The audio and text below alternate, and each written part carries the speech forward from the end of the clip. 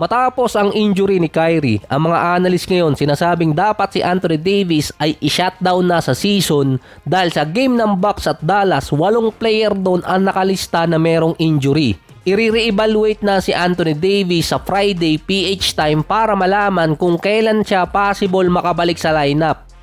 Ang Dallas mayroon desisyon na gawin na kung ibabalik pa ba siya or hindi na, depende rin kasi yon sa timeline ng injury ni Kyrie. Wala pa kasing binibigay talaga kung hanggang kailan mawawala si Kyrie sa Dallas since ang recovery ng ACL injury ay nasa 9 months. Si Anthony Davis minadali kasing pabalikin sa lineup, na-excite ata dun sa game ng Dallas at Boston. Ayaw din ni Anthony Davis na dumaan ng operasyon dahil tatagal ang recovery niya. Since si Kyrie ay mayroong pang 1 taong kontrata at hindi alam kung bibigyan siya ng extension, ang possible gawin ng Dallas ay hindi paglaruin si Anthony Davis at mag-tank. Nasa kanila naman yung first round pick nila at si Anthony Davis gawing healthy bago pumatak ang off-season at doon siya ay trade. Meron kasi mga insider na nagsasabing dapat i-trade na lang ng Dallas si Anthony Davis sa off-season dahil 2 player na ng Dallas ang nasa injury list. Si Kyrie at si Anthony Davis, ito yung mga injury prone. Kailangan mamili ng Dallas kung sino sa kanilang dalawa ang i-retain.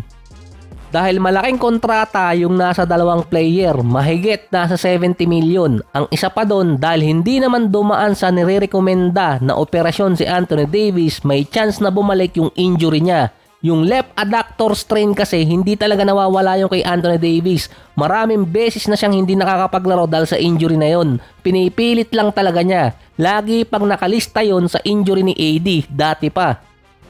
Based din sa clutch point, pumasok na sa territory na pwede makuha ng Dallas si Cooper Plug. Ang Dallas din ngayon papatak ng pang 13 sa ranking sa first round. Malayo pa sa top 3. Ang Wizards, Hornets at Jazz, sila yung malaki ang chance na makakuha ng first overall.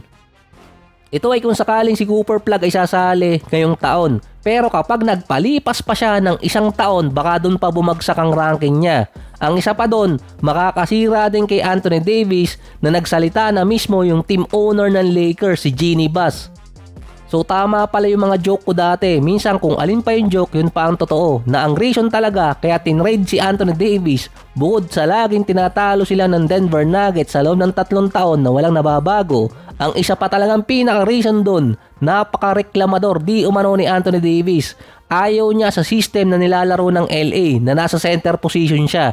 Pinipilit niyang maglaro ng power forward. Sunod pa dito yung laging nare-request at dinidima ni Anthony Davis sa management na isang sentro na hindi naman nagagamit. Since nagsalita na rin si Jeanie Buss, yung mismong team owner ng team ng Lakers, doon pa pwedeng bumagsak ang value ni Anthony Davis sa trade market. Marami na mga players ang nasa trade rumors papasok ng offseason, kasama na dyan si Kevin Durant. Parang si Bam Adebayo sinasama na rin dun eh. Meron mang team na babagay kay Anthony Davis, isa lang yung nakikita ko doon, Phoenix Suns siguro. Dahil nagawa nilang mapaglaro si Kevin Durant ng more than 50 games sa loob ng 2 season.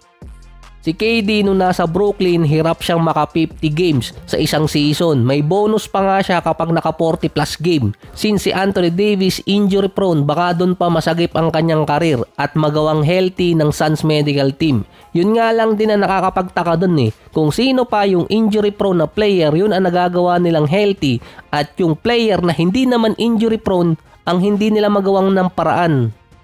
So ito lang inabasa ko pero wala pa tong traction. Ang potential din kumuha kay Anthony Davis sa trade sa offseason, Golden State, kung desperado nang ipamigay ng Dallas si AD. Merong pamalit doon ng Golden State na pwedeng magka-interes ang Dallas dahil yung Warriors papatak din na meron silang papipirmahin na player.